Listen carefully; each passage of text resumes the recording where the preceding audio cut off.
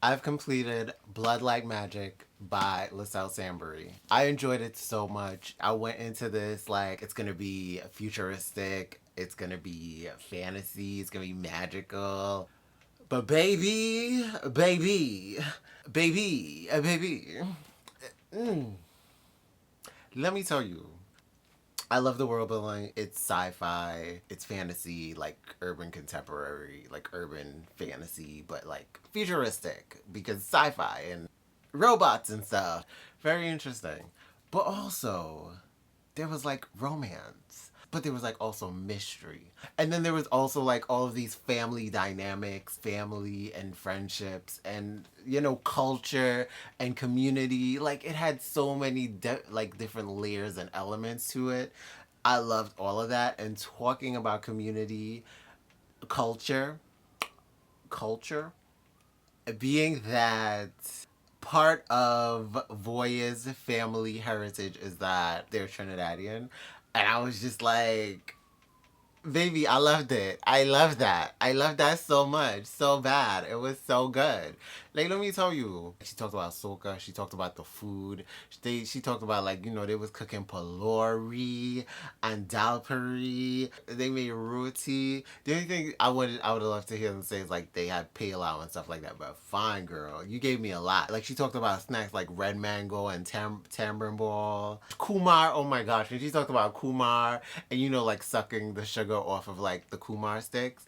Like I was just like, I do that sometimes, but that cuts up your tongue and it cuts up the top of your mouth. So it's like not too much sucking on the Kumar stick, but and a lot of that could sound inappropriate. But no, Kumar is so good. So it's just like reading this and you getting so much of like that Trinidadian culture embedded into the story. I was excited about that.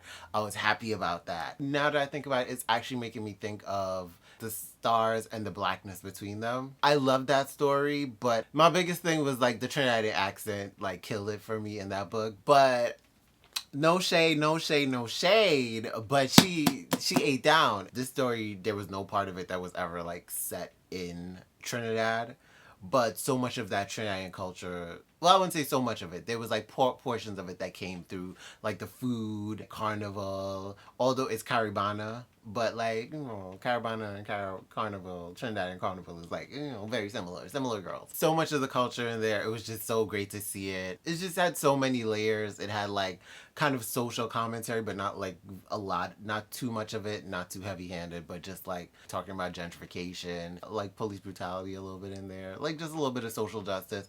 But those were like peripheral to the main story. The whole time I kept reading this, I was just like, this needs to be adapted. I want this adapted so bad. I found out that Liselle Sambury has the ability to get Blood Like Magic and Blood Like Fate turned into either a movie or a TV series, and I'm excited because I want this to happen so bad. You don't understand. Like the whole time I'm reading this, I'm like, I want this to come to life. I want to see this come to life. I want to see this exists in like physical form. Like I want to see the actors and actresses that they choose. I want to see how they build this world, this futuristic, this world that's almost like I think like 20, 30 years from where we're at this point. So I'm just like I would love to see this come to life.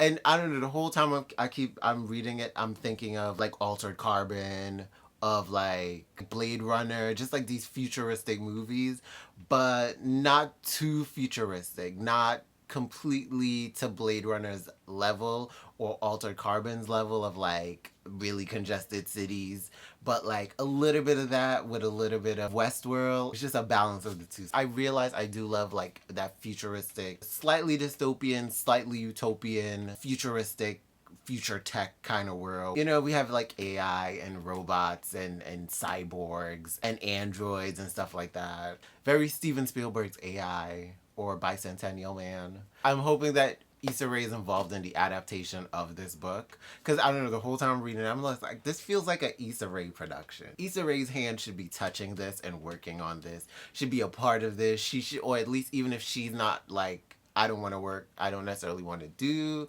like the hands-on work with this, but I wouldn't mind being like an executive producer kind of thing. Like I don't mind if she does that. Like she could like find the right people to put in place to bring this to life because I feel like she would do a great job of this. But then I was also thinking like Ava DuVernay could do it. I know she did that movie about the Tesseract. I keep forgetting the name of the movie about the Tesseract. She did that for Disney. The people had problems with it. I still haven't seen it yet. But from what I heard, it's still pretty a good movie for kids. Ava DuVernay's experience as a director, a creator in that film and TV space because I love Queen Sugar. I love Queen Sugar down.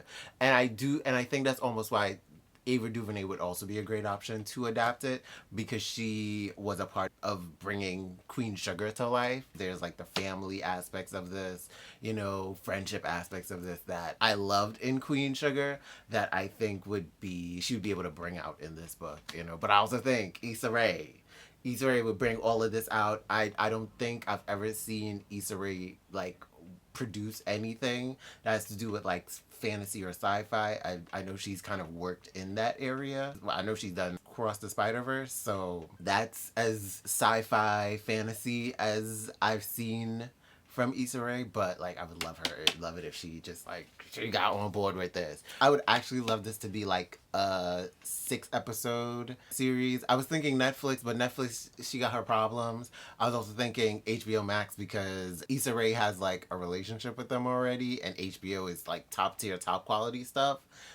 But at the same time, HBO Max, she be having her little issues because she canceled rap shit. So it's just like, girl, y'all don't know what's going on with y'all, okay? I just want this in the right hands. People who care about adapting this well, putting the right cinematography, putting the right actors and actresses. This is a dark skin, like kinky, coily, like 4C hair black girl. This is the kind of girl that you need to be casting for the role. You're not just gonna cast anybody. You're not just gonna cast any light skinned girl. I love Mia Zendaya. I love Mia what's her name who played Zoe on Blackish. We love her, but we don't need her for this role because this is not her role. We could get the girl, it's a shame that I can't remember her name right now, but we could get the girl from Greenleaf because she was also in Sela and the Spades and she was in The Craft Legacy. That girl, you can get her because she's a fantastic actress and she is gorgeous. But I don't know if she's got the body type to be right for this role. I would say somebody like Dominique Fishback, but Dominique Fishback is lighter skinned than the character in here. Besides that, how it ended. It ended with me being annoyed with Voya. Like I was annoyed with her bad because I'm like, girl, this is what you did. This is what you do. I mean, I wasn't expecting this. I didn't see this coming. I did not see this ending coming. I wasn't so mad at her. I was more disappointed in her. And I am currently reading Blood Like Fate. And the feelings that I had here have kind of like, they've amplified in this book because the hell are you doing? Voya, what are you doing? It was just very selfish and I hated it. And I get it, it's like good intentions, but you know, road to hell. But like, it was selfish. Currently in Blood Like Fate, I am at chapter 17 and I'm rooting for my girl Voya, but I'm just still disappointed. And I'm just like, how are we gonna fix this? Because we're gonna need to fix this. We're gonna need to fix this. But now we have a new mystery, and I am very much interested in where this mystery is going. I'm loving the family dynamics. I love how much we're opening up the world, expanding the characters, the community.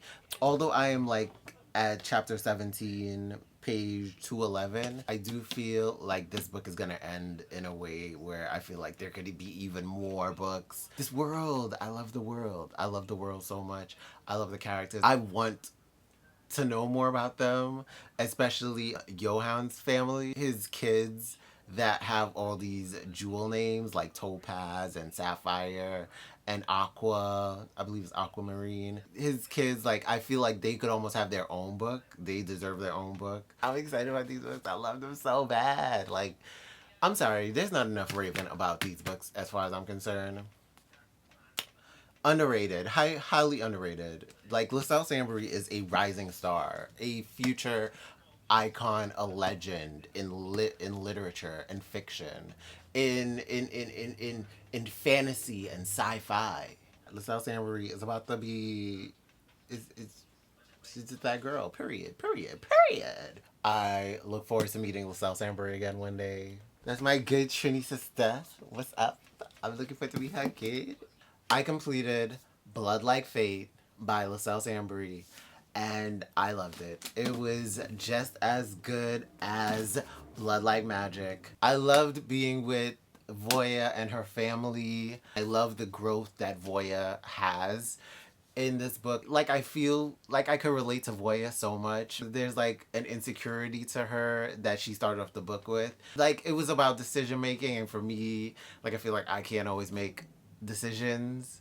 Analysis paralysis. You kind of figure out, like, should I make this decision, should I make that decision, and it's like I don't want to make the wrong decision, and then you like never make a decision. One thing I wish about this book is that the decision that she made in this book, she could have undid it in this book. I could see it having one more book to possibly wrap up some stories, but not necessarily wrap up some stories, but rectify some things or change some things that happened in the first book. And I could see the possibility of other characters coming back in another book and cause more harm and be more of a threat to her and her family, to her community. And for us to be able to see more growth in Voya, her family, her community. That was another thing I loved about the book. I loved the community in the book. I loved how she was really fighting to bring them together and to build community. I definitely want to reread both of these books again. I do want more, but I understand if we end here. But I can see and I feel like we're gonna get at least one more. I'm gonna have to reach out to Liselle Sambury. Hey girl, what's tea? So is there gonna be a third book or what? Cause I love this. I love this a lot, baby. You gotta give it to me, baby. You gotta do another one, mama. I don't know, maybe you working on some other stuff, but mama, I hope there's a draft sitting on your computer waiting to be tinkered with and edited and all of that. And we're gonna get more Voya, we're gonna get more of the Thomases. If there's gonna be like another redemption arc, because I feel like there could be another redemption arc. We could see other people growing and showing themselves even more in other books. I can see another book kind of giving space and room for other characters to be spotlighted and to be explored. I'm praying, please God, I'm praying that they get Issa Rae on the production. I don't know whether she's executive producing, directing, writing, getting a role in the show or movie, but I'm hoping for a show, because if she does a third book, it could definitely be, I feel like it could really be a good series. No low budget, no middle budget, like it's very budget, premium budget. I want to see this world come to life in its fullness, in its glory. I want to see all of the special effects, everything look really good. I want them to have the right experts in place for cultural references, appropriately representing everything that is in this book, and to take my recommendation that whoever is like representing when it comes to the TV and film rights, whoever doing with that, reach out to Issa Rae. Send her the books for free. Tell her like, hey, we can see you doing this, because I feel like Voya is kind of like a awkward girl, a awkward black girl archetype. Thank you, Liselle Sambury. I appreciate you so much for writing this, and thank you for spending your time with me. And I am out this bitch like Fleek. Shout out to Peaches. Thank you, girl.